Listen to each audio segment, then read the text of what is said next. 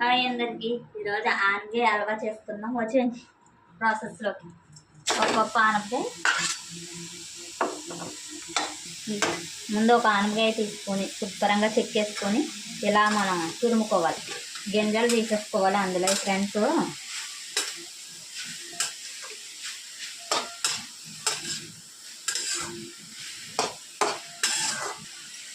ఇది బాగా దగ్గర పడిపోవాలి.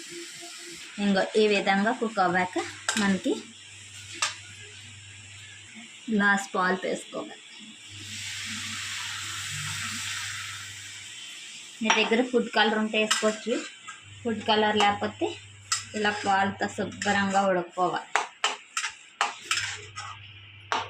హాఫ్ గ్లాసు వాటర్ వేసుకుంటున్నాం. ఇది ఇలా శుభ్రం వాటర్ బాయిల్ అయిపోవాలి. పాలు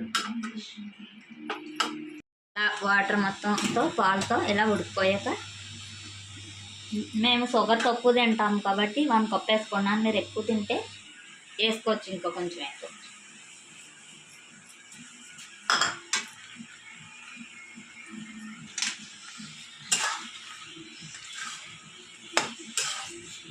ఎండాకాలంలో ఇలాంటి స్వీట్లు చేసుకుని తింటే చల్ల చల్లగా తీయి బాగుంటుంది.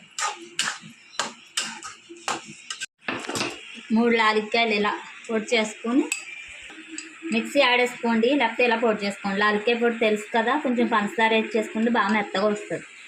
మా అమ్మాయికి బద్ధకం వచ్చి ఇందులో వేసి కొట్టేసింది.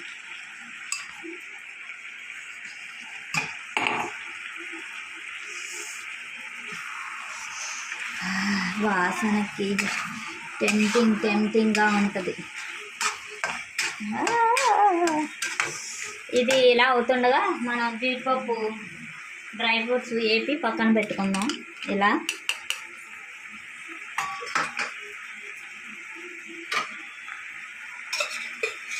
ఇవే ఉన్నాయి కాబట్టి బాదం పప్పు, జీడిపప్పు ఇవే వేసాను. కిస్మిస్ స్కిప్ చేస్తాం, మాకు ఇష్టం ఉండదు.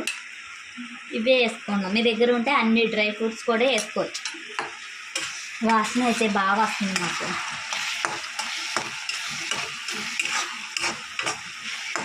అప్పుడప్పుడు ఇలా ట్రై చేయండి కొత్తగా. అసలు నాకు వంటలు రావు, అలా అలా అలా అలా నేర్చుకున్నాను. మా ఆయన గారు ఇప్పుడు పర్లే ఓకే ఓకే అంటున్నారు.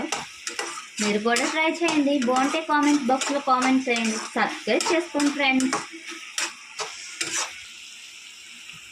లాస్ట్ ఇలా జీడిపప్పు అన్నీ వేసేసి నెయ్యి కూడా వేసుకోండి. అంతే, వేడివేడిగా ఆనపకాయ హల్వా రెడీ.